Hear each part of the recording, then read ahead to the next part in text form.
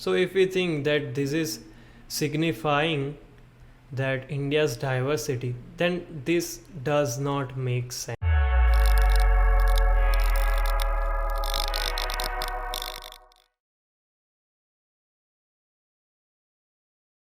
Okay, so before starting the presentation, if you want to check this presentation out, then links are always in the description. And let's start.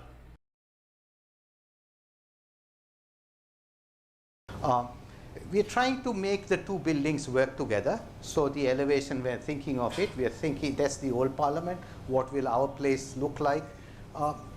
This is, I was wondering whether to show these sort of things, but please understand that this is all work in progress. It might change completely as we go along. And these were just some initial models to say if that's the old Parliament, the new one, the two will work together. I think our ambition is to make the architecture such that at least from a distance they seem like they are completely of the same family, but when you come near you realize that the building is new, it's more sophisticated, it's sharper, etc. So as you mentioned that these both buildings should look familiar from a distance, so they should look like they are from one family. So why we should do that, right? So one of the reason is that just think of that this looks something alienated from this. People will tend to reject that and oppose that heavily, because there is one kind of disrespect to the existing structure or existing heritage. So to avoid that controversy and that conflict between people, that's the big reason to acknowledge that these two buildings are almost same or belongs to one family, and this is how values decides the form. Interesting, isn't it?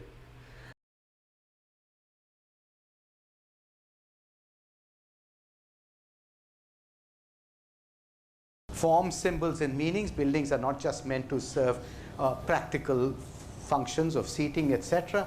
And so we are also trying to articulate some ways in which you can think about it. Well, some people ask me why a triangle, and well, here's one reason why you could have a triangle.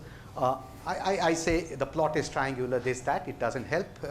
Well, it's a sacred geometry, triangles and trinities. You have Sri Yantra here, uses triangles, you have trinities, and in case you're worried, that's Humayun's tomb, so that's also. Evolving a plan for this thing, started with a triangle, we put 3 triangles together, and we put that together, and we got the Parliament. So easy, right? People sometimes like that as a better explanation. Why a spire? Well, in secular democracies, you do not have sacred buildings, but this is as close as it gets to a sacred building. You have the Parliament, is treated like the important institution, Prime Minister. It is good point to be noticed. In India, people tends to worship their workspaces. Just like this, they bow down to the first steps of the building's entrance to show respect toward their workspaces. So, and it is good point that he in his presentation mentioned it, and that's something to learn, that he is showcasing what he considered or what sensibility he is considering while designing the building. This aspire should not be resembling any religion, because India is secular country and you can't just provide a structure that resembles, let's say, Hindu or any religion, right? So it is that sensibility. Just think of the outrage it will happen if this was like this kind of which we see in Indian temples, or even this domical type, right? So what he did in this aspire is he didn't give any curvier form to it. It's more like rectangular type, right? So even by mistake, it won't represent any religion.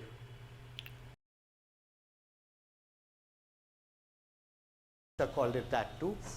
What color should the spire be? Well, perhaps, spires of our temples are gilded, so maybe a golden color, not gold, but golden color. But in case you're worried, you have, everybody gilds their sacred buildings. Okay, so there you are.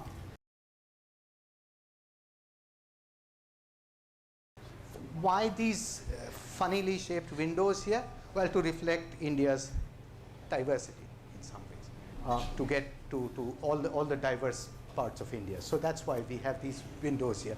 And building up these stories and narratives is as much a part of making the architecture for this place. So if we think that this is signifying that India's diversity, then this does not make sense, right? And then he said that building narratives and stories are important as architecture. So why? So the main reason behind incorporating this type of ideas and creating stories about that, because our brain works that way. So I won't go deep in that psychological things, but take it as that, like stories create emotions, emotions create actions, emotions leads to action, right? So that's why many religions have stories of their gods to provoke emotions in people, and that emotions can lend to the action, and these little things matter. The story matters. Hope you got my point, and if you don't, then let me know in the comments so I can explain it better. Yeah. So if you get any value out of this video, then do like, comment, share, and do subscribe. Yeah. And till then,